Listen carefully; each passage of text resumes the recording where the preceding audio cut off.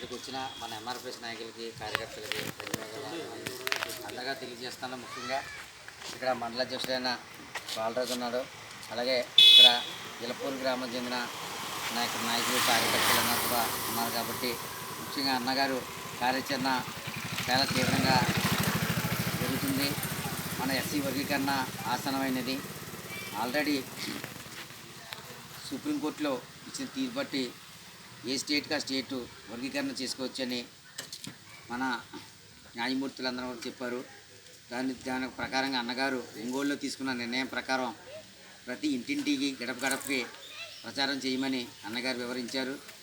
దానికి కావలసిన ప్రతి కార్యక్రమం కూడా ఒంగోలులో చెప్పారు. ప్రతి ఇంటింటికి వెళ్ళి వర్గీకరణ కోసం వివరించి వర్గీకరణ ఆసనమైనది కాబట్టి ప్రతి వాళ్ళు కూడా దీనికి సహకరించాలి. అలాగే లాయర్లన్నా, అలాగే విహెచ్పీలన్నా, అలాగే టీచర్స్ ప్రతి వాళ్ళు కూడా ఎంప్లాయీస్ ప్రతి వాళ్ళు కూడా దీనికి సహకరించాలి. అలాగే ముఖ్యంగా ఎంఆర్పిఎస్ నాయకులు కార్యకర్తలు కూడా దీనికి సహకరించాలని అన్నగారు వివరించడం జరిగింది. కనుక ప్రతి మన పాలకొల్లు నియోజకవర్గంలో ఇప్పటి వరకు కనీసం 3 మీటింగులు పెట్టాము. ఇది 4వ మీటింగు. కనుక ఆల్రెడీ నియోజకవర్గ సమావేశాలు పెట్టాం. అలాగే కోడూరు మండలం పెట్టాం. ఇది యలమంచిలి మండలంలో ఈరోజు ఇక్కడ ఇలపూరు గ్రామంలో జరుగుతుంది. విషయం ఏంటంటే అలాగే అన్నగారు పిలుపునిచ్చారు.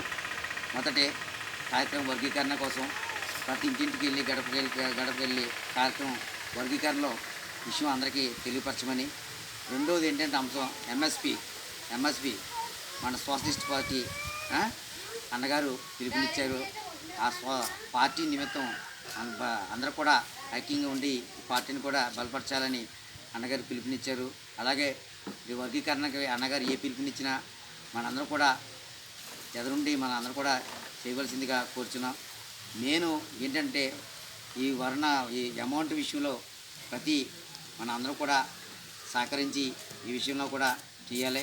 ఇక్కడ ఈ హైకోర్టు ఇచ్చిన మనకి సుప్రీంకోర్టు ఇచ్చిన తీరుని బట్టి ఎట్టి పరిస్థితుల్లో మనం వర్గీకరణ మాత్రం ఎట్టి పరిస్థితులు అవుతుంది.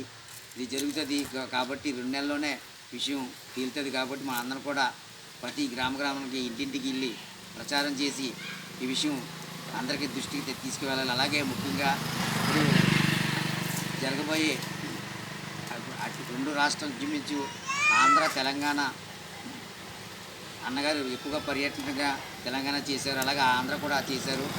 ఆంధ్ర తెలంగాణ కూడా ముఖ్యంగా ప్రతి గ్రామానికి మనం ప్రతి నియోజకవర్గ స్థాయిలో ఉన్న ప్రతి నాయకులు కూడా వివరించి కూడా చెప్పారు. కాబట్టి అందరూ కూడా ఈ కార్యక్రమాన్ని మీ అందరూ కూడా స్వీకరించి అందరూ కూడా వర్గీకరణకి ఆసనమైనది కాబట్టి ప్రతి విషయంలో కూడా అందరూ కూడా కృషి చేయాలని కోరుచున్న వర్తిల్లాలని కృష్ణ గారి నాయకత్వం, వర్తిల్లాలని కృష్ణ గారి నాయకత్వం, వర్తిల్లాలని కృష్ణ గారి నాయకత్వం.